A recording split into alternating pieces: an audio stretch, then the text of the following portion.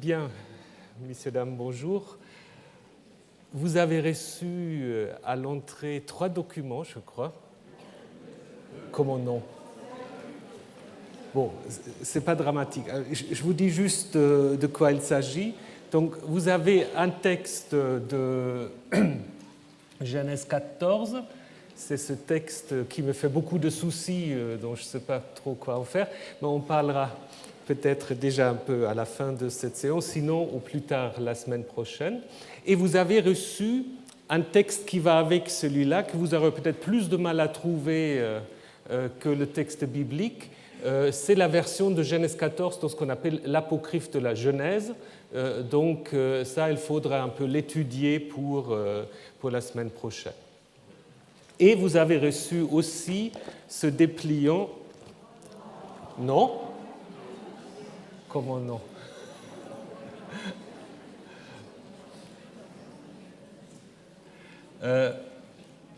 Ce dépliant qui vous informe du... Ça ne vous a pas été distribué? Non. Bon, ce n'est pas grave, ce sera fait la semaine prochaine. Donc, vous avez tout à fait le temps. C'est simplement le programme, M. Durand vous en parlera peut-être aussi, c'est le programme du colloque des chaires d'assyriologie et des milieux bibliques sur les vivants et les morts. C'est après Pâques, donc vous aurez encore un peu de temps. Voilà. Donc, autrement, vous trouvez aussi toutes les informations sur les sites des chaires d'assyriologie de milieux bibliques si vous voulez déjà vous informer du programme. Alors, nous avons vu la semaine dernière les multiples liens entre ce récit du sacrifice d'Abraham ou de l'Akéda, comme on l'appelle dans la tradition juive, et les sacrifices humains. Donc je vous ai montré un peu à la fois au niveau des textes bibliques, mais aussi au niveau des attestations extra-bibliques, que le sacrifice humain est une réalité dans le Levant. Donc on ne peut pas le nier.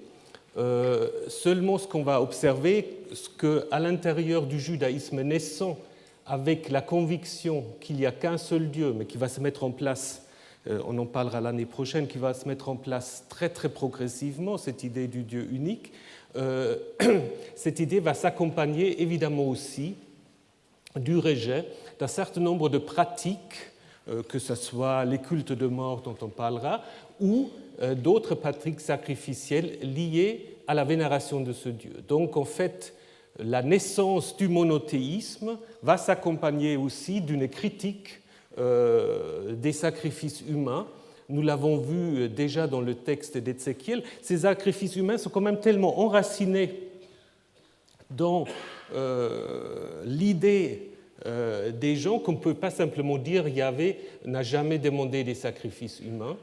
Il faut se prendre d'une manière plus subtile. Nous l'avons vu comment Ézéchiel avait dit que Yahvé, dans sa colère, avait donné des mauvaises lois à Israël. Donc pour dire en fait, ces sacrifices humains, c'est une sorte de sanction, de punition d'Israël. Et Genèse 22 s'inscrit dans une stratégie tout à fait similaire, seulement par la narration. Donc c'est un récit didactique qui, en effet, relate comment Abraham a bien reçu un ordre de sacrifier son fils, mais que finalement cet ordre a été changé, transformé en un autre, à savoir le sacrifice animalier. Donc, il faut aussi vous rappeler que dans toute l'histoire d'Abraham, c'est le seul texte où Abraham offre un sacrifice. Il construit des autels tout au long de son parcours, mais c'est seulement ici, et nous allons voir pourquoi, que le sacrifice a effectivement lieu. Maintenant, ce qui est intéressant au début, c'est de regarder comment le texte lui-même va suggérer une certaine évolution dans cette pratique sacrificielle. Parce que là, il faut faire très attention en regardant qui intervient ou qui est appelé. On dit toujours « c'est Dieu ». Mais en fait, en Genèse 22, vous avez 4 manières différentes de parler de Dieu. Et ce n'est pas une question de 2 ou 3 sources, éloïstes, yahvistes et d'autres. Ces 4 manières différentes ont en effet une visée tout à fait précise. Si on résume, c'est qui donne l'ordre à Abraham de sacrifier le fils? C'est Ha-Elohim. Ha-Elohim, le Dieu, donc, à savoir Dieu avec un article. Je reviendrai tout à l'heure sur la signification de cette expression Ha-Elohim, le Dieu, la divinité. Ensuite, lorsque Abraham répond à Isaac, qui lui demande où est l'animal du sacrifice, Abraham ne parle pas de Ha-Elohim, mais il parle de Elohim. Elohim verra la bête pour le sacrifice. Et c'est lui qui arrête le sacrifice humain que Abraham s'apprête à accomplir, c'est Malach Yahvé. C'est pour la première fois qu'on a le tétragramme, qu'on a le nom du Dieu d'Israël. C'est lui qui arrête, c'est l'envoyé du Dieu d'Israël. Et c'est seulement à la fin que Abraham prononce ce nom, puisqu'il appelle l'endroit du sacrifice Yahvé Yireh, et il remplace ainsi le Elohim du verset 8. Au verset 8, il avait dit à Isaac, Elohim Yireh, Dieu verra. Et maintenant, à la fin, lorsque la tension est tombée, Abraham va appeler l'endroit Yahvé Yireh. Donc remplaçons d'une certaine manière Elohim par Yahvé. Donc ça veut dire en effet que ces changements des titres divins suggèrent d'une certaine manière aussi une évolution dans la révélation divine, à savoir des dieux qui peuvent demander des sacrifices humains. Ici, c'est jamais Yahvé, c'est Ha-Elohim, ou c'est Elohim dans l'idée d'Abraham, et c'est lui qui arrête le sacrifice et qui suggère une substitution, c'est Yahvé. Donc, là, l'auteur, à mon avis, c'est tout à fait haïtien qu'il utilise ces différents titres divins pour suggérer à l'auditoire que si vous parlez des sacrifices humains, ces sacrifices-là ne sont pas à relier au Dieu d'Israël, ils sont reliés à Elohim. Et cela, en fait, est particulièrement intéressant parce que, comme vous le savez maintenant tous, Elohim peut aussi avoir une signification du singulier, du pluriel, pas seulement du singulier, mais aussi du pluriel. Donc, comme si on voulait suggérer d'une certaine manière, c'est les autres dieux, le Dieu d'Israël, lui, a mis fin d'une certaine manière à cette pratique. Donc vous avez là une stratégie littéraire qu'on trouve, mais de manière un peu différente, dans un autre récit de la Bible, que je n'ai pas le temps de vous présenter en détail. C'est un récit fort intéressant aussi, à savoir le sacrifice de la fille de Jephthé. Je ne sais pas si vous connaissez ce récit, qui ressemble à certains égards beaucoup à ce qu'on a dans la tradition grecque par rapport à Iphigénie. C'est tout à fait la même chose. C'est Jephthé, un des juges d'Israël, un des sauveurs d'Israël, qui fait un vœu totalement irréfléchi apparemment, parce qu'il avait déjà reçu auparavant l'Esprit divin. Il dit, le premier être que je vais rencontrer à mon retour, je vais le faire monter en holocauste, avec la même expression qu'en Genèse 22, je vais le faire monter en holocauste en honneur de Yahvé. Et évidemment, le premier être qu'il va rencontrer, c'est sa fille. Et maintenant, ce qui va changer par rapport à Genèse 22, c'est quoi? C'est qu'il n'y a aucune intervention divine. Il n'y a aucune intervention divine. Le sacrifice apparemment est accompli. Il y a un côté tragique tout à fait comparable à ce que vous avez chez Euripide, où c'est aussi la fille qui doit dire au père, maintenant tu as fait ce vœu, tu n'as plus d'autre choix que de l'accomplir. Ici, c'est exactement la même chose, seulement on va, et je pense que l'auteur qui nous a transmis ce récit-là a déjà connu Genèse 22. A déjà connu Genèse 22, mais il a une vision un peu plus pessimiste que Genèse 22, parce qu'il n'y a pas d'intervention en dernière minute. Dieu n'intervient pas du tout dans le récit. Si vous lisez le récit, on parle de Yahvé, mais c'est seulement les protagonistes qui en parlent. Il n'y a pas, le narrateur n'en parle pas. Il n'y a pas d'intervention de Yahvé. Ce n'est pas Artémis qui, dans certaines versions du récit grec, va sauver Iphigénie en dernière minute. Là, le sacrifice est accompli, comme si on voulait confronter les humains à leur agissement irréfléchi et irresponsable. Donc là, c'est une autre manière de dire, en fait, et c'est peut-être même aussi une sorte de critique de certains vœux, comme on peut le trouver aussi dans le livre de Qoheleth. Fais attention avant que tu fasses des vœux, n'est-ce pas? Le vœu, une fois prononcé, tu dois l'accomplir. Et ici, le vœu accompli laisse les hommes tout seuls face à leurs décisions. Donc là, on est déjà, à mon avis, dans une époque encore plus récente, probablement déjà à l'époque hellénistique, n'est-ce pas, où en effet, comme dans l'Ecclésiaste, on commence à réfléchir sur un Dieu absent, un Dieu qui n'intervient pas nécessairement pour sauver les hommes de leur mauvais agissement. Donc, on n'a pas le temps, on pourrait montrer comment ce récit reprend une partie Genèse 22. Iphigénie, elle est en fait désignée exactement comme Isaac, elle est désignée comme étant la fille unique.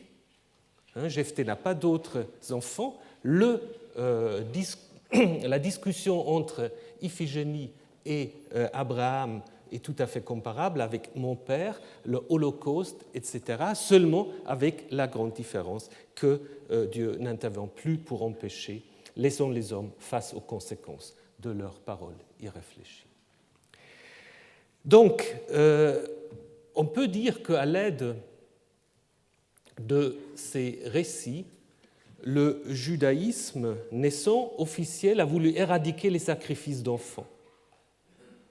Mais peut-être serait-il plus exact de dire qu'il a cherché à fournir une sublimation à ces pratiques. Sublimation, et je vous conseille pour ceux qui lisent l'anglais, ce livre très important de John Levenson, The Transformation of Child Sacrifice in Judaism and Christianity, qui parle en fait de la transformation de l'idée du sacrifice d'enfants à la fois dans le judaïsme et dans le christianisme, parce que toutes les théories sur la mort de Jésus dans les évangiles et ensuite chez les premiers commentateurs chrétiens, vous ne pouvez pas les comprendre sans Genèse 22. Donc c'est vraiment un texte fondateur, aussi dans le judaïsme, n'est-ce pas? Puisque l'importance de l'Akedah dans le judaïsme, vous la connaissez sans doute, elle a souvent servi aussi à relire l'histoire des Juifs à la lumière d'une lecture sacrificielle. Alors on peut en penser ce qu'on en veut, mais c'est un fait que cela a marqué à la fois le judaïsme et le christianisme. Donc Levenson dit en effet que l'impulsion, donc là vous avez la citation en anglais, je vous la résume, l'impulsion de sacrifier le fils aîné reste forte même après l'abolition de la pratique concrète. Donc ça veut dire en fait il y a là, si vous voulez, un modèle théologique que le judaïsme a continué et que le christianisme, à mon avis, a hérité du judaïsme. Vous ne pouvez pas comprendre autrement une certaine lecture sacrificielle de la mort de Jésus. D'autant plus que, je vous en parlerai dans un petit moment, dans les évangiles, surtout dans l'évangile de Jean, la manière dont on décrit Jésus juste avant sa mort, c'est repris de Genèse 22. Donc ça fournit en effet, si vous voulez, un modèle théologique. Mais avant d'arriver à la réception de ce texte, j'aimerais quand même qu'on le parcourt d'une manière plus précise avant. Alors, ce qu'on peut dire, que nous avons en effet en Genèse 22 une narration qui est très sobre. Et c'est peut-être ça aussi ce qui fait sa force. Elias Auerbach, un grand spécialiste de la littérature ancienne, a écrit un livre magnifique qui s'appelle Mimesis, où il a comparé, entre autres, Genèse 22 et l'Odyssée, le chant 19, qui relate en fait la rencontre entre Ulysse et sa nourrice Euryclée. Et il montre en effet comment Homère va décrire tous les sentiments en détail, alors que l'auteur de Genèse 22 ne donne aucune information sur les états d'âme d'Abraham ou d'Isaac. C'est toute la différence en fait entre ces récits. Le titre de ce récit, Dieu mit Abraham à l'épreuve. Alors comment faut-il comprendre ce titre? Alors je vous ai déjà dit, c'est peut-être un ajout postérieur, mais peu importe. Ce que le titre suggère, c'est une certaine interprétation de l'action, à savoir que c'est une mise à l'épreuve. Mais parfois on vous dit, ça veut dire qu'on libère l'auditoire de toute angoisse parce qu'il sait d'emblée, l'auditeur ou le lecteur, que ce n'est qu'une épreuve et qu'il peut se concentrer donc sur le comportement d'Abraham. Mais une épreuve, ça peut être aussi simplement de savoir s'il sacrifie vraiment le fils. Donc, à mon avis, le titre que Dieu mit Abraham à l'épreuve ne veut pas dire d'emblée qu'il ne demanderait pas l'accomplissement du sacrifice. Nous, on le sait puisqu'on connaît l'histoire, n'est-ce pas? Mais dire pour un lecteur ancien qui pour la première fois, ou un auditeur ancien qui pour la première fois découvre l'histoire, on ne peut pas simplement dire on sait d'emblée que c'est qu'une épreuve. Une épreuve, ça peut être toutes sortes de choses. Pensez à Job. Job, il est aussi soumis à des épreuves, mais les fils et les filles de Job, ils vont mourir. Ils vont être tués. Donc on ne peut pas dire que le titre, en fait, empêche cette compréhension. C'est une interprétation théologique, mais ce n'est pas pour autant d'emblée une libération de l'auditeur de ce qui pourrait arriver dans le récit. Alors là, il faut dire une chose assez importante, que le mot hébreu nassa à la forme intensive, donc nissa au pluriel, est très très rarement utilisé pour la mise à l'épreuve d'un être humain par Dieu. Il n'y a que 2 autres textes dans toute la Bible. Il n'y a que 2 autres textes. Le premier se trouve dans le livre des Chroniques par rapport au roi Ézéchias, livre des Chroniques donc, qui date de la fin de l'époque perse, au début de l'époque hellénistique. Donc là, de nouveau, nous sommes dans un contexte plutôt récent, où l'auteur des Chroniques réécrit l'histoire d'Ézéchias, qui dans les livres des rois est à la fois un roi très, très apprécié par les rédacteurs du livre des rois, mais qui a aussi des côtés un peu, qu'est-ce qu'il faut dire, un peu plus douteux, puisqu'il se soumet aux Assyriens et il semble, d'une certaine manière, selon certains textes même, être un peu responsable dans le livre des rois, déjà de l'exil babylonien. Alors, pour le narrateur qui reprend cette histoire, ce qu'on appelle le chroniste, lui, il va expliquer cette présentation un peu ambiguë d'Ézéchias en disant il y avait la mise à l'épreuve pour savoir ce qui était dans son cœur. Et l'autre texte, c'est le psalmiste même qui dit « Mets-moi à l'épreuve ». Mais là, en effet, c'est probablement l'idée de sonder, voir si je me comporte comme il le faut. Par contre, ce qui est beaucoup plus fréquent, c'est la mise à l'épreuve du peuple.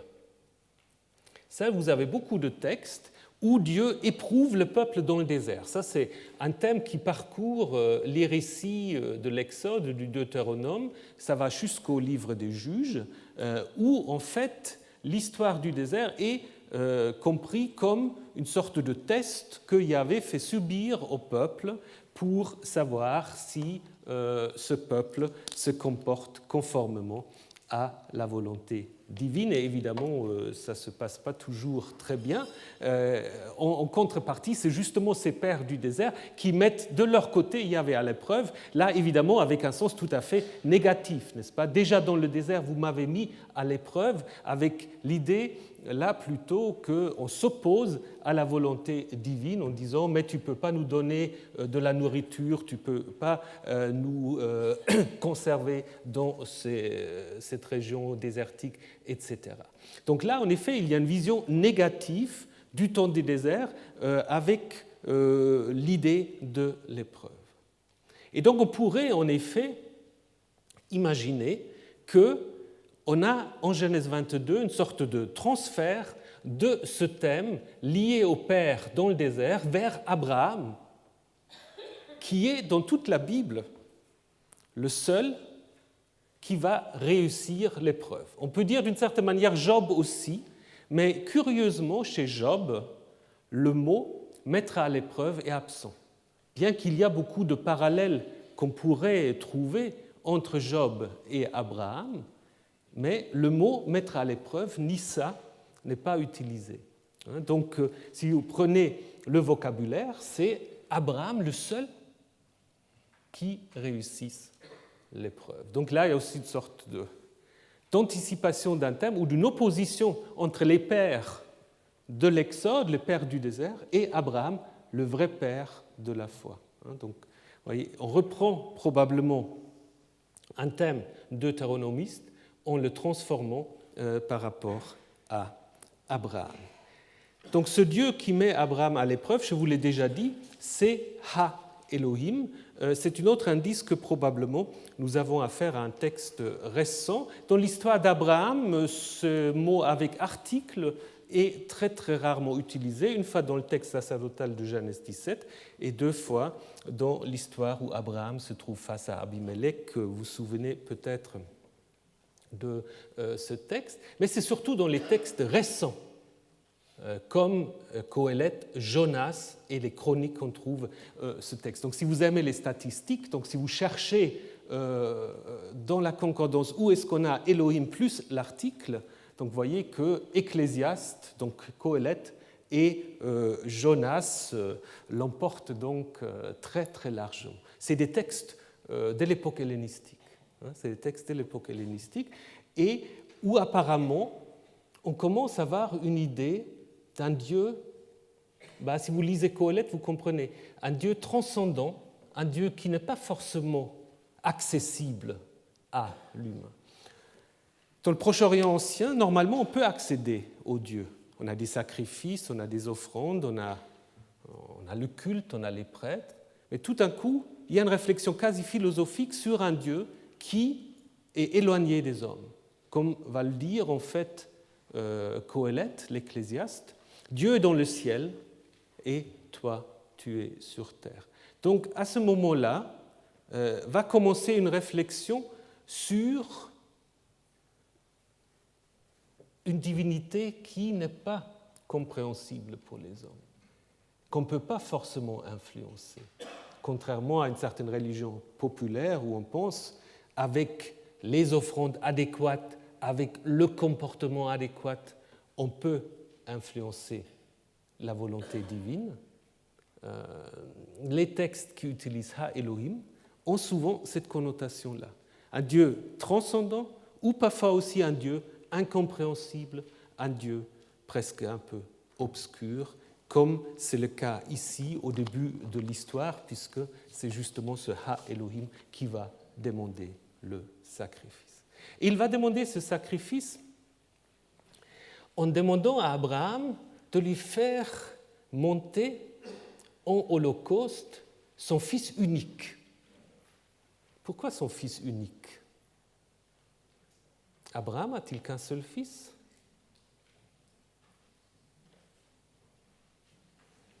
Déjà, les rabbins ont vu le problème. Alors, eux, ils ont en effet imaginé à partir de l'ordre divin tout un dialogue entre Dieu et Abraham, que je peux vite vous dire. Prends ton fils. Lequel, dit Abraham? J'en ai deux. Ton unique. L'un est unique pour sa mère et l'autre est unique pour la sienne. Celui que tu aimes, j'aime celui-ci et j'aime celui-là. Isaac. Donc là, en fait, les rabbins ont imaginé comme justement cet ordre faisant en fait allusion à un problème qu'Abraham a les deux fils. Et en effet, je pense qu'il faut relier cet ordre à cela. On peut, à mon avis, l'expliquer de deux manières. Moi, je préfère la deuxième. La première, c'est de dire que Genèse 22 est un récit qui ne connaît pas encore la tradition d'Ismaël. Ce qu'on a dit parfois quand on veut en faire un récit ancien.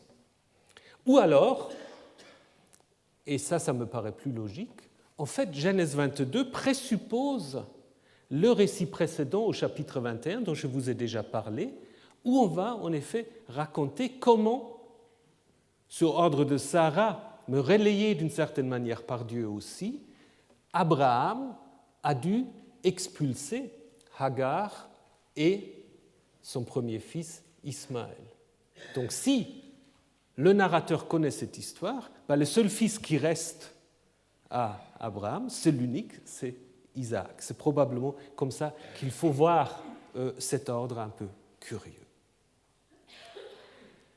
L'autre expression qui a aussi beaucoup perturbé les commentateurs, c'est le pays de Moria, puisqu'il faut qu'il aille au pays de Moria.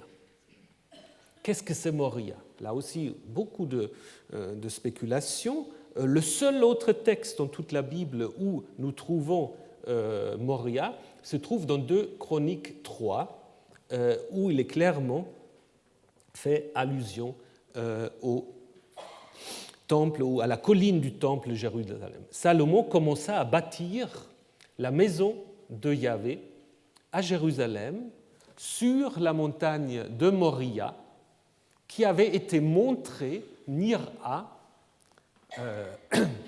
à David, son père. Alors ce qui est assez intéressant dans ce texte-là, c'est que Moria est mise en relation avec une racine hébreu, ra'a. Ra'a qui veut dire voir, et dans la forme causative, faire voir, montrer. Donc la montagne qui a été montrée à David, ça fait certainement allusion à 2 Samuel 24 où David va acheter la montagne du temple. Ce qui est intéressant, c'est que en Genèse 22, on a le même jeu de mots avec la racine ra'a. Si vous soulignez dans votre texte l'occurrence de cette racine, vous voyez qu'elle est très fréquente. Elle parcourt tout le texte jusqu'au verset 14. C'est là où Abraham donne le nom à Moria, autrement en disant Yahvé yir'eh, Yahvé verra. Et après, la racine n'apparaît plus. Donc ça, c'est vraiment, si vous voulez, l'aboutissement. Et donc, je pense qu'il faut d'emblée voir en Moria une volonté de suggérer au lecteur que le lieu, bien qu'il soit mystérieux, il n'est pas si mystérieux que ça pour le lecteur, parce qu'il ne peut s'agir, dans une perspective judéenne, que de Jérusalem.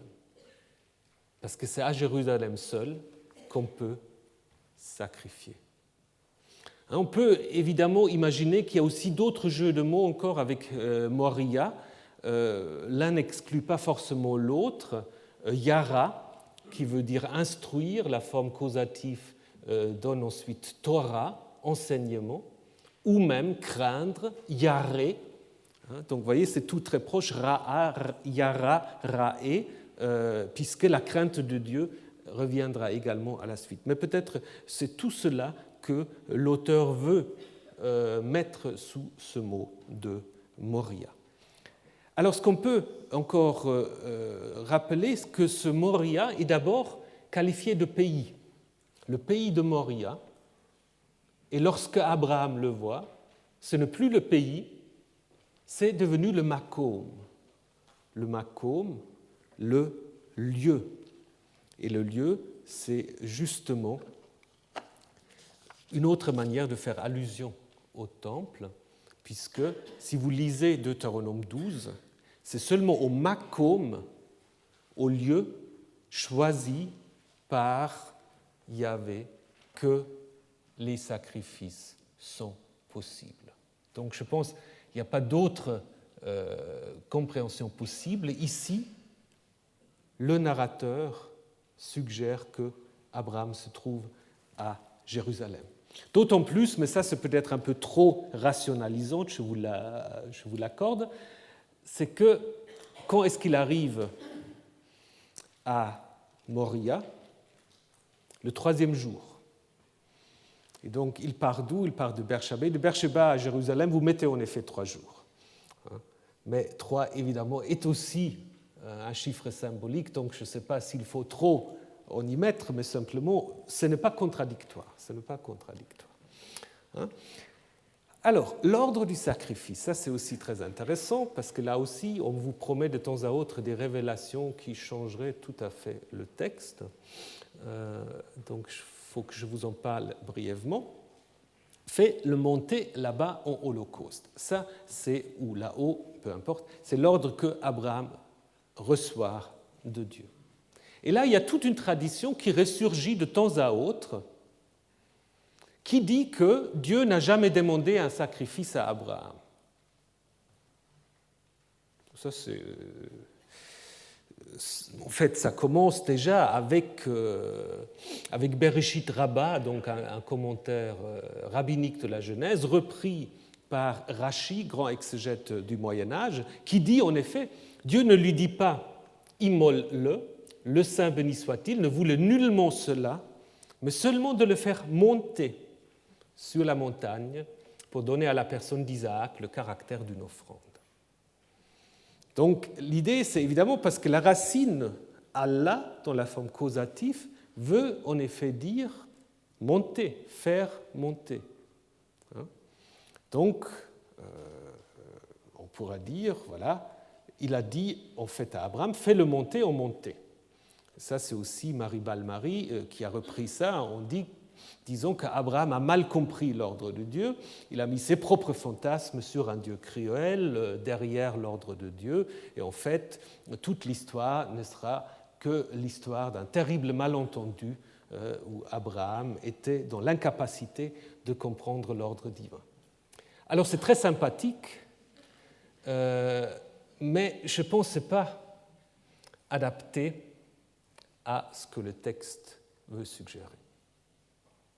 Ça, c'est une lecture. Donc là, vous voyez aussi comment certaines lectures qui nous plaisent sont parfois un peu difficiles quand on regarde vraiment le texte. Parce que vous pouvez de nouveau prendre votre concordance. Tous les textes où on parle de Ha'ale Ola, c'est toujours l'Holocauste, c'est rien d'autre. Donc, on doit admettre qu'ici, l'ordre concerne bien un holocauste. Autrement, on lit le texte un peu contre son intention, ce qui le rend peut-être plus sympathique, mais qui, à mon avis, n'aide pas forcément à la compréhension du texte. Ça le rend, à mon avis, trop lisse. Et donc je pense, après on peut aimer ou pas aimer le texte, ça c'est un autre problème, mais je pense qu'il faut d'abord essayer de le comprendre, de ce qu'il veut dire, et pas d'emblée dire « Ah, on s'est trompé depuis 20 siècles, et moi maintenant je vous dis en fait la vérité sur le texte ». C'est rare, des révélations comme ça sont rares, et souvent il faut s'en méfier. Donc ce qu'on peut en effet dire, que tout le comportement d'Abraham va vers l'idée du sacrifice et il prend avec lui 2 garçons. Ça, c'est assez curieux aussi. Pourquoi Abraham prend avec lui 2 garçons, 2 Naharim? Alors on peut dire qu'il en a besoin pour porter les choses. Ce qui est assez intéressant, que lorsque dans le récit on parle d'Isaac, on l'appelle aussi Nahar. Il est appelé de la même manière que les garçons. Il y a presque une sorte de confusion entre les Naharim et le Nahar. Alors, d'une certaine manière, on pourrait presque dire que ces jeunes gens sont en quelque sorte un miroir pour Isaac.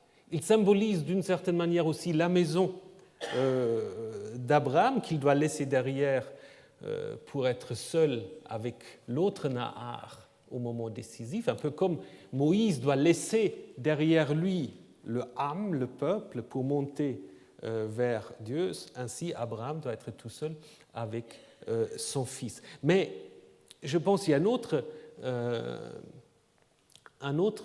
raison pour la présence de ces Naharim. Ils sont simplement nécessaires parce que Abraham va leur adresser un ordre. Et cet ordre, il est fondamental pour l'histoire. Il faut que Abraham puisse parler à quelqu'un. Il parle très peu dans le récit, mais quand il parle, justement, c'est quasiment le centre du récit.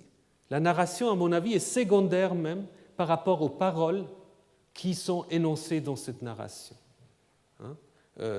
Les préparatifs montrent que tous les voyageurs savent que le but du voyage est un sacrifice.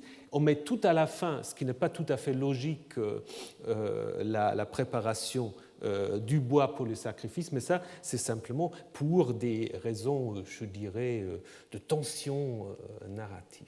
Seulement, donc je dis, les Naharim, une fois arrivés au pays, que Abraham connaît sans que Dieu lui donne un ordre précis, donc là aussi c'est très ramassé. Le 3e jour, Abraham lève les yeux et il voit le lieu, donc il sait où il doit aller. Alors, est-ce que c'est simplement une sorte d'allusion à une sorte de capacité visionnaire d'Abraham, ou simplement une formulation très ramassée pour dire que c'est dans une vision que Dieu lui indique le lieu qu'il sait désormais, contrairement apparemment à ses compagnons des routes. Donc c'est Abraham seul qui sait qu'il est maintenant arrivé au Makom. Et c'est là, en effet, qu'intervient le discours que Abraham précise aux Naharim. Et je crois qu'ils sont là surtout pour ce discours. Ce discours, il est très bref, mais il est très intéressant. Restez ici avec l'âne, moi et le garçon, nous montons adorer, et ensuite nous reviendrons vers vous. Nous reviendrons vers vous. Alors, quel est le sens de cette parole? Qu'est-ce que ça signifie? Nous reviendrons vers vous. Est-ce que c'est un mensonge pour ne pas inquiéter les autres participants du voyage? Stratégie simplement pour que personne ne prenne peur?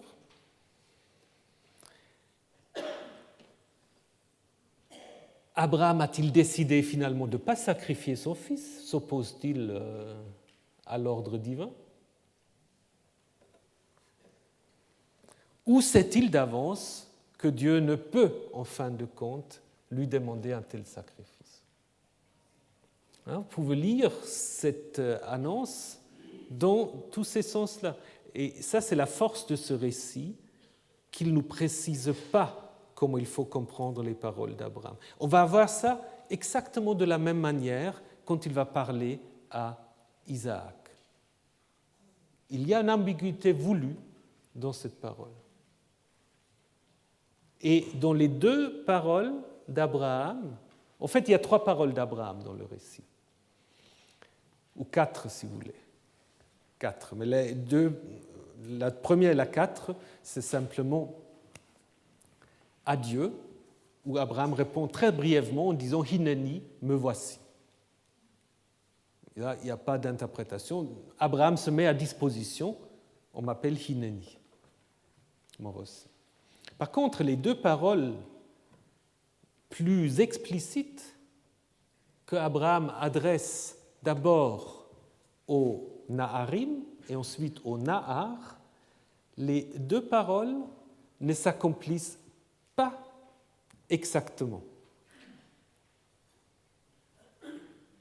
Il dit « Nous reviendrons vers vous », et on l'a déjà vu, c'est Abraham seul qui reviendra. Ensuite, il va dire à Isaac « C'est Dieu qui verra la bête de l'Holocauste ». Et finalement, dans l'histoire, c'est qui? C'est Abraham même qui voit la bête de l'Holocauste. Donc, si vous voulez, dans les deux paroles d'Abraham, il y a un léger décalage par rapport à ce qui finalement va arriver. Et ça, ce n'est pas par hasard non plus. Il y a une mini-inadéquation entre ce que Abraham annonce et ce qui va en effet se réaliser dans la suite. On reviendra sur cela. Donc, le couteau, maintenant Abraham tout seul avec Isaac, arrivent deux éléments nouveaux dont on n'a pas encore parlé, le feu et le couteau. Voici le feu, donc c'est Isaac qui parle maintenant, voici le feu, voici le couteau. Le feu, il faut imaginer, on ne sait pas très bien comment on faisait le feu à l'époque, donc il faut imaginer qu'on le transportait, alors là, dans le récit, dans une sorte de bassin de charbon ardent ou quelque chose comme ça. Certains pensent à une torche, mais ce qui est un peu plus compliqué. Mais c'est surtout ce qui est intéressant, c'est le mot pour le couteau, ma'achalet. Ma'achalet. C'est un mot très très rare, une fois encore en Juge, une fois dans les Proverbes. Et dans tous les textes du Lévitique où on décrit tout le temps le sacrifice, on ne parle jamais de couteau. Donc on ne sait pas, ou disons on sait, et on n'a pas besoin d'expliquer comment on égorge les victimes du sacrifice. On ne précise jamais que cela se fait à l'aide d'un couteau, bien qu'on peut évidemment le supposer. Mais ici, peut-être, on a choisi ce mot de ma'achelet pour deux raisons. Peut-être parce qu'on veut un jeu de mots avec le messager qui va arrêter, c'est malach en hébreu, ma'achalet, malach, c'est peut-être pas par hasard qu'on a choisi ce mot, n'est-ce pas, pour faire une sorte d'opposition. L'agent de la mort, donc le ma'achalet, fait allusion à l'agent de la vie, le malach Yahvé. Et en même temps, la racine de ma'achalet, c'est achal. Achal. Achal, c'est manger, dévorer. Donc là, le couteau, c'est celui qui dévore. Et si vous prenez Esh et Achal ensemble, vous avez une expression de Esh qui veut dire le feu, Esh Achalet, un feu dévorant, qui est très très fréquemment utilisé dans la Bible pour parler des théophanies ou pour parler d'un contexte de sacrifice, quand le feu tombe du ciel et dévore le sacrifice, ou simplement pour parler de la colère divine. Donc, ce mot mahalet, si on le traduit par couteau, évidemment, ça ne va pas faire les mêmes allusions que pour un auditeur de l'époque qui entend mahalet et qui ensuite entend malach et qui connaît esh mahalet, donc qui peut faire toutes ces allusions. Maintenant, en fait, Isaac est seul face à son père. Il est chargé du bois, il doit porter le bois. Avant qu'il porte le bois, c'était l'âne qui porte le bois. Donc, d'une certaine manière, de manière subtile aussi, Isaac est déjà entré d'une certaine manière dans le rôle de l'animal, qui porte le bois. Et va-t-il être aussi dans le rôle de l'animal quand ça arrive au sacrifice. Parce que c'est justement cette question-là que Isaac va poser maintenant à son père, encadré 2 fois par cette expression. Ils marchèrent tous les deux ensemble, et maintenant c'est Isaac qui provoque le deuxième grand discours d'Abraham, qui est aussi ambigu que le premier. Parce que la réponse d'Abraham, c'est « Dieu verra pour lui la bête pour l'Holocauste, mon fils ». Alors de nouveau, comment il faut comprendre ? Vous pouvez le comprendre que de nouveau Abraham veut soit calmer son fils, ou espère, ou sait peut-être que le sacrifice du fils n'aura point lieu. Ou, et ça c'est aussi le Targum qui l'a compris comme ça, faut-il comprendre en effet autrement, à savoir que les derniers 2 mots « mon fils » sont à comprendre comme une apposition, à savoir l'animal du sacrifice, c'est toi. Donc Dieu verra pour toi la bête pour l'Holocauste, vous mettez 2 points, c'est toi mon fils. En hébreu, vous pouvez comprendre ça tout à fait de cette manière-là. Et le Targum que je vais vous présenter dans quelques instants, il a compris comme ça. Donc comme le premier, le deuxième discours d'Abraham joue également, ou laisse le lecteur dans une insécurité. Il ne sait pas ce qui se passe dans la tête d'Abraham. Jusqu'au moment fatidique, jusqu'à la ligature, là aussi, c'est un mot très très rare, akad, lié. C'est peut-être seulement ici, peut-être dans un texte, mais qui est compliqué du livre d'Ésaïe, dans la Bible, c'est presque le seul endroit où on a ce mot. Évidemment, ça fait allusion au fait qu'on attache les pattes de l'animal pour qu'il ne bouge pas lors de l'immolation, comme vous l'avez ici sur cette représentation assyrienne. Par contre, le terme immolé, shachat, est très fréquent dans les contextes de sacrifice, apparaît fréquemment dans le livre du Lévitique. Mais ce qui est en effet une différence, si vous prenez le Lévitique, la victime est immolée avant le sacrifice, avant qu'on le mette sur l'autel. Si vous lisez le Lévitique, on tue d'abord l'animal et ensuite on va le brûler ou on va le partager entre ce qui revient au prêtre, au sacrifiant et à la divinité. Ici, probablement aussi pour des raisons de tension narrative, le geste dernier, la mise à mort, est gardé jusqu'à la fin, jusqu'à l'arrivée de l'ange de Dieu, qui, contrairement à ce qu'on a dans la tête, et je vais vous montrer tout à l'heure quelques tableaux, l'ange est dans le ciel, donc il n'intervient pas directement, parce que vous connaissez peut-être des tableaux où c'est l'ange qui retient Abraham comme ça. Dans le récit, c'est seulement l'ange l'appelle Abraham d'en haut. Hineni, ne fait rien à l'enfant. Donc c'est presque un peu comme un Deus ex machina, n'est-ce pas ? Au dernier moment, c'est comme dans les pièces grecques, au dernier moment, voilà, d'en haut, la divinité intervient pour arrêter le sacrifice en disant « Maintenant je sais que tu crains Dieu ». Bon, ça je vous le dis en passant parce que moi je trouve que ce n'est pas un vrai problème, mais ça a beaucoup troublé les commentateurs juifs et chrétiens. Maintenant je sais. Comment Dieu peut-il dire maintenant je sais ? Est-ce qu'il ne savait pas avant ? Non, il ne savait pas avant, mais puisque c'est une mise à l'épreuve. Mais pour les théologiens juifs et chrétiens dans la suite, ça posait évidemment un problème par rapport à une certaine conception de Dieu, n'est-ce pas ? Si Dieu est omniscient, si Dieu est tout-puissant, comment fait-il qu'il ne savait pas auparavant ? Donc on a en effet tout de suite essayé d'interpréter.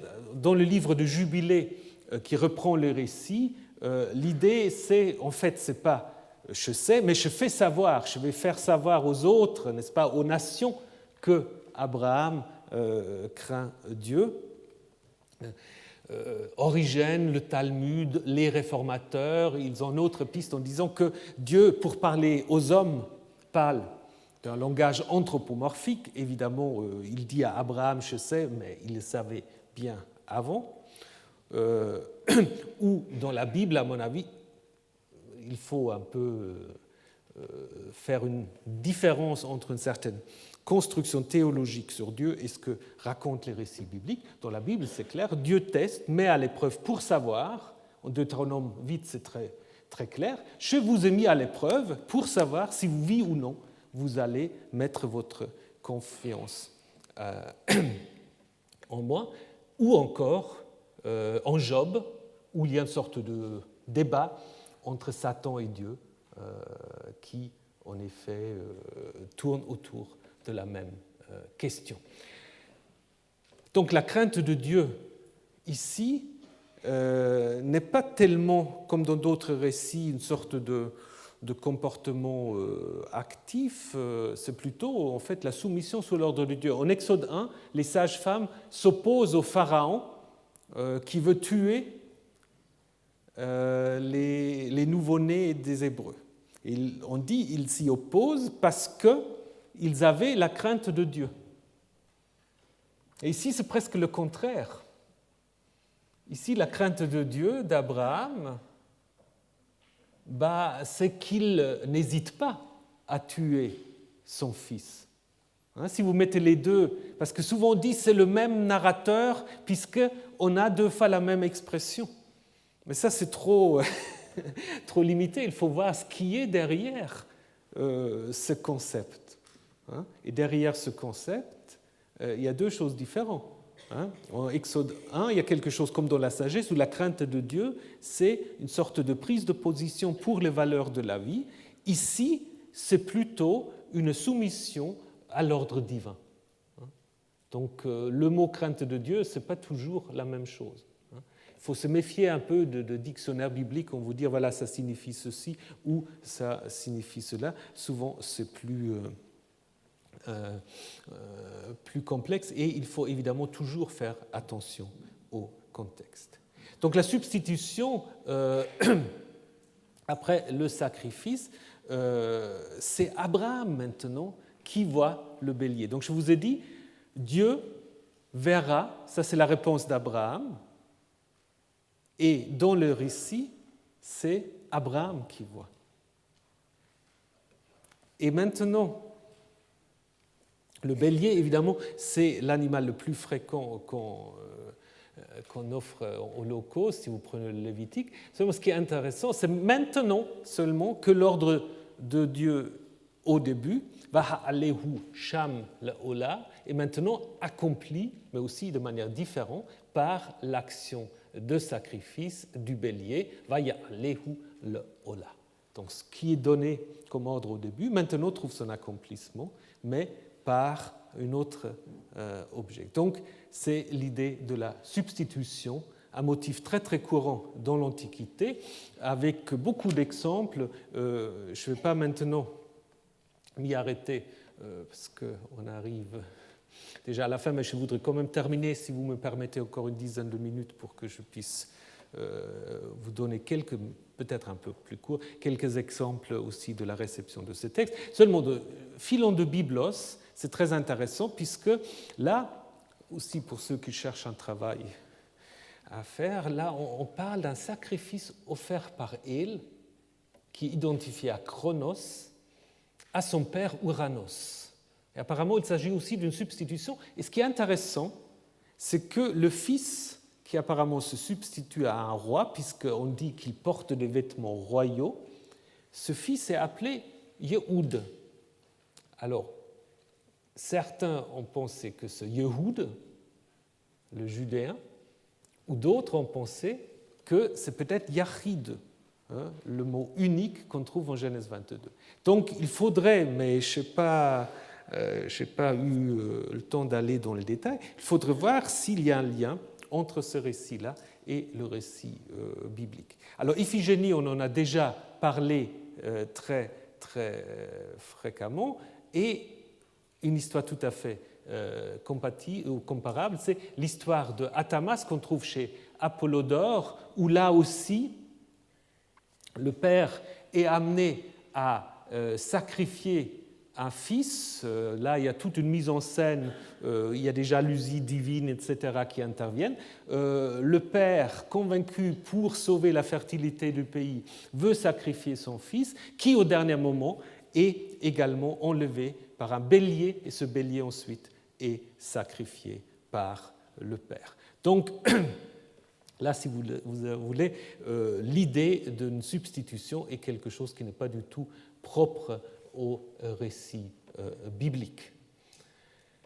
Le récit primitif se termine par cette notice Yahvé verra, donc c'est l'explication du mot Moria qu'on veut donner ici. Alors certains ont dit, mais Yahvé Yir'e, ça ne fait pas très Moria, hein, Yahvé ou Yahou Yir'e. Donc on a voulu reconstruire un mot plus ancien du style Yeriel, mais dans le texte même, vous n'avez pas vraiment d'indication pour faire ça. Je crois que c'est simplement le mot Moria existe, que l'auteur veut l'expliquer. Et dans un deuxième temps, on rajoute encore, comme en 2 Chroniques 31, Yahvé se fait voir. Alors ce qui est intéressant, je passe de cela, c'est simplement qu'on peut combiner maintenant ce que la tradition juive a fait. En Genèse 14, un texte que nous allons voir la semaine prochaine, en Genèse 14, Abraham est à Shalem et il offre là-bas la dîme. C'est certainement aussi une allusion à Jérusalem. Et si vous prenez la première partie de Yera, ça vous fait Yerushalem si vous combinez les deux parties. Et je pense en effet, dans les deux récits, on veut dire que Abraham est en effet à Jérusalem. Pour le retour d'Abraham, je vous rappelle simplement que Abraham avait dit « Nous reviendrons vers vous », alors que le récit se termine en disant « Il revient avec les garçons ». Alors, que faut-il faire? Rien du tout, comme disent certains, il ne faut pas surinterpréter ça, mais un récit tellement dense, où on a l'impression que chaque mot, parce qu'il y a des récits très bavards, il y a des récits plutôt denses. Un récit très dense où chaque mot semble être pesé, ça me semble très difficile de dire que c'est simplement une sorte de négligence du narrateur. Alors, faut-il dire, comme l'ont déjà dit certains rabbins, que finalement, Abraham a sacrifié son fils? Il y a des gens qui ont dit ça. Il y a même des gens qui ont essayé de reconstruire un récit ancien avec sacrifice du fils. Prenez le verset 10 et passez au verset 19.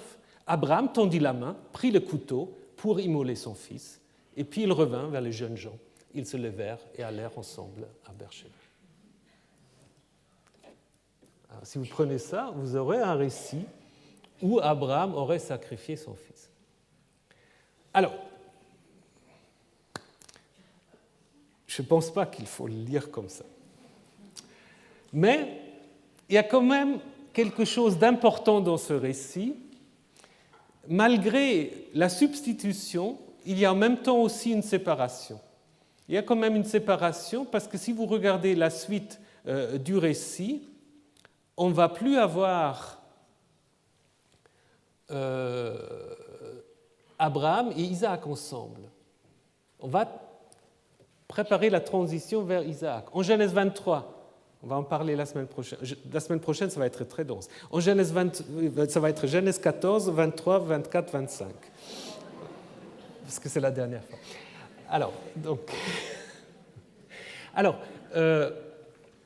dans ces récits, on va acheter le tombeau, on va chercher une femme pour Isaac, et puis on va raconter la mort d'Abraham. Donc, si vous voulez, d'une certaine manière, Genèse 22, c'est déjà un peu la conclusion de l'histoire d'Abraham, qui doit déjà se séparer de son fils pour lui laisser, d'une certaine manière, son autonomie, pour que son histoire à lui, maintenant, peut se mettre en place.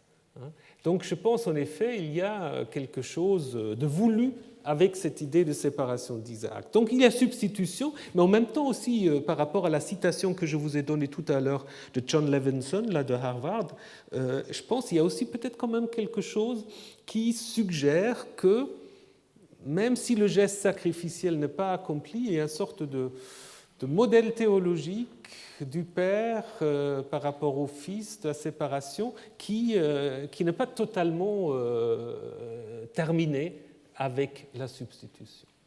Alors, donc, un récit qui a eu beaucoup de réception. Dans le Targum, c'est très intéressant. Là, on voit déjà comment, dans le Targum, Isaac, puisqu'on est proche de Pessah et de Pâques, ça tombe bien. Dans le Targum, Isaac devient déjà l'agneau pascal, d'une certaine manière, n'est-ce pas? Donc, contrairement au texte biblique, Abraham annonce clairement à son fils qu'il est l'animal du sacrifice, là il n'y a aucun doute. Isaac demande d'être bien lié pour que le sacrifice se passe comme il faut, alors que dans les textes bibliques, il reste muet. Dans le Targum, Isaac a une vision céleste avant sa mort, un peu comme Étienne dans les Actes. Et contrairement au texte biblique, Abraham, dans une prière, fait état de ses pensées intimes, insistant sur le fait qu'il n'avait aucune hésitation. Donc, mais là, on a un début de lecture où Isaac devient un peu une sorte d'agneau pascal. Je vous ai dit tout à l'heure, si vous lisez l'évangile de Jean, c'est très intéressant parce que contrairement aux évangiles synoptiques chez Jean, Jésus porte lui-même le bois de la croix, comme Isaac en fait en Genèse 22. Et contrairement aussi aux synoptiques, on raconte la ligature de Jésus. Jésus est lié aussi dans l'évangile de Jean.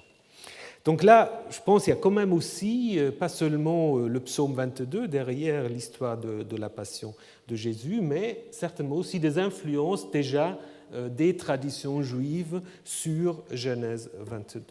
Alors, dans la sourate 37, il est également fait allusion au sacrifice, et contrairement à la tradition musulmane ultérieure où il est clairement Ismaël qui est le fils du sacrifice, dans le Coran, ça reste ouvert, d'autant plus qu'après on annonce Isaac, donc on peut se poser la question si dans le Coran, il n'y a quand même pas encore l'idée que Isaac est bien le fils du sacrifice. Comme dans le Targum d'ailleurs, on pourrait faire tout un travail très intéressant pour montrer que l'auteur de cette sourate a certainement connu le Targum de Genèse 22. Je pense autrement on ne comprend pas cette sourate. Donc, c'est vrai, mais ça, je ne suis pas spécialiste, il faudrait faire toute une histoire aussi, une fois, de la réception de Genèse 22, pour regarder aussi, je vous ai montré quand même quelques peintures. Rembrandt a tellement été passionné par ce récit, il en a fait au moins 4 tableaux. 4 tableaux, je ne vais pas les commenter. Le premier, Abraham met Isaac au courant de ce qui va lui arriver. Le tableau peut-être le plus connu, où justement on change le texte biblique, parce que vous voyez que l'ange va en effet arrêter avec la main Abraham, comme on le voit aussi dans cette esquisse, où il touche apparemment la tête comme s'il voulait le bénir, et là il l'embrasse presque de derrière. Donc là, en fait, chez Rembrandt, on voit cette grande proximité tout d'un coup entre cet ange et Abraham. 2 autres images qui sont très intéressantes. Chagall, où en fait la scène est repartie en 4 parts. Il y a le brun, là derrière, on ne va pas très bien, où il y a la croix de Jésus, mais le brun, c'est peut-être aussi le nazisme. Il faut voir aussi que Sarah elle est présente. On ne la voit pas très bien. Là, vous la voyez? Voilà. Contrairement au récit biblique, Sarah est présente. Parce que ça, c'est aussi une grande question des commentateurs juifs, n'est-ce pas? Qu'elle est arrivée à Sarah. Et bon, finalement, quelque chose de très curieux, c'est Dali. Donc là, vous voyez Abraham tout nu, faisant le sacrifice à un immense monstre presque qui est face à lui. Alors, c'est l'ange, mais qui en lui-même porte déjà un peu une sorte d'animal qui peut-être déjà est l'animal du sacrifice, donc très très curieux. Et tout récemment, ça c'est pas un peintre, mais c'est un dessinateur, vous avez peut-être déjà vu la Genèse en bande dessinée, je vous le conseille, de Robert Crumb. Ceux qui connaissent, c'est plutôt quelqu'un qui a fait dans la bande dessinée un peu pornographique au début, mais là, tout à coup, vers ses vieux jours, il se met à illustrer la Bible. Alors, ce que je voulais juste vous montrer, que lui, par contre, il respecte le récit biblique, puisque d'abord, il le respecte, après, il ne le respecte plus. Parce que là, ici, l'ange, à la manière assyrienne, très bien vu, parle depuis le ciel, ne le touche pas. Alors, par contre, quand il dit « Abraham retourne vers ses serviteurs et ils se lèvent à partir ensemble vers Beersheba », on voit le petit Isaac qui est sur l'âne. Donc là, ça lui a échappé peut-être au niveau du récit biblique. Et puis, bon, je crois qu'on va terminer avec Woody Allen, si vous voulez, ça vaut bien une conclusion. Abraham, alors ça s'appelle la manque d'humour du père des croyants. Abraham s'éveilla au milieu de la nuit et dit à son fils unique Isaac, « J'ai fait un rêve où la voix du Seigneur m'ordonne de sacrifier mon seul enfant. Aussi habille-toi en vitesse. » Et Isaac trembla et demanda, « Alors qu'as-tu répondu, je veux dire, quand il a annoncé tout ça ?»« Que pouvais-je répondre » dit Abraham. « Je suis là à 2 heures du matin en chemise de nuit et face au Créateur de l'univers. Qu'est-ce que tu veux que je dise ?» Isaac demanda des précisions. Il a bien dit qu'il veut que tu me sacrifies. Mais Abraham dit, le croyant ne pose pas de questions. Maintenant, allons-y, parce que je n'ai pas que ça à faire. Alors Sarah, qui avait écouté sans mot dire le projet d'Abraham, s'échauffa et dit, « Comment peux-tu être certain que c'est bien le Seigneur et pas un de tes farceurs de copains ? Car il est dit que le Seigneur déteste les farces de mauvais goût et que tout homme qui fait des farces sera livré aux mains de ses ennemis, même s'il refuse de signer un récépissé. » Sur quoi Abraham répondit sans se démonter, « Je suis bien certain que c'était le Seigneur. » Il avait une voix profonde, retentissante, bien modulée, et personne dans le désert ne peut produire des hurlements comme ça. Alors Sarah dit, « Et tu tiens à aller jusqu'au bout de ce projet ridicule ?» Mais Abraham lui rétorqua, « Franchement, oui, qu'à mettre en doute la parole du Seigneur est la dernière chose à faire avec la situation économique actuelle. » Alors il amena Isaac dans un endroit lointain et s'apprêta à le sacrifier. Mais à la dernière minute, le Seigneur saisit la main d'Abraham et lui demanda, « Comment peux-tu faire une chose pareille ?» Abraham protesta, « Mais c'est toi qui m'as dit. »« Ne t'occupe pas ce que je dis, énonça le Seigneur. Est-ce que tu avales tous les bobards qu'on te raconte ?» « Eh bien, non, dit Abraham honteux. Alors je suggère par manière de plaisanterie que tu sacrifies ton propre fils, et toi tu le fais aussitôt, sans discuter, sans te poser des questions. Et Abraham tomba à genoux. C'est que Seigneur, avec toi, on ne sait jamais quand tu plaisantes. Le Seigneur n'a aucun sens de l'humour, c'est incroyable. Mais cela ne prouve-t-il pas que je t'aime? J'étais prêt à tuer mon fils unique pour te montrer mon amour. Et le Seigneur parla en sa grande sagesse. Ça ne prouve qu'une chose, que des crétins suivront toujours les ordres, si imbéciles soient-ils, pour peu qu'ils soient formulés par une voix autoritaire, retentissante et bien modulée. Là-dessus, le Seigneur ordonna à Abraham de prendre quelques repos et de se pointer à son bureau le lendemain à la première heure. Voilà, c'est très bien.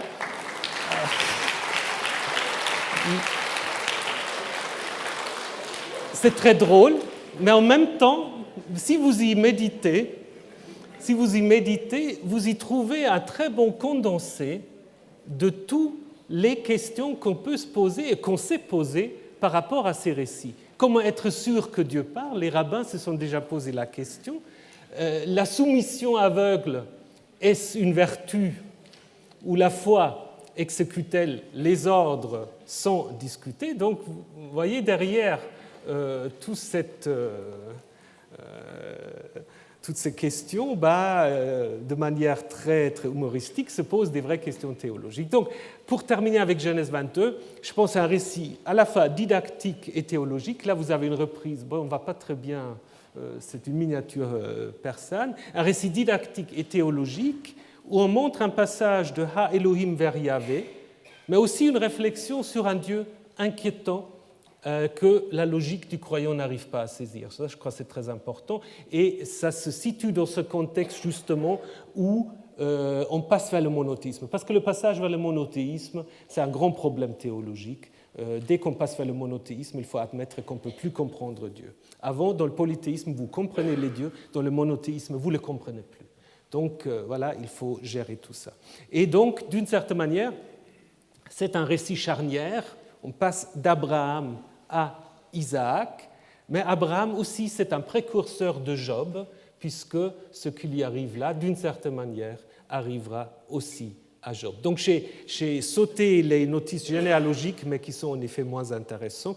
Vous les aurez néanmoins sur les diapos que je mettrai à disposition. Donc la semaine dernière, je tâcherai de vous donner une vision un peu globale de 4 chapitres, parce que je ne vais pas faire une 3e année sur Abraham. Donc, alors on va essayer de terminer la semaine prochaine comme on peut. Alors bonne semaine et à jeudi prochain.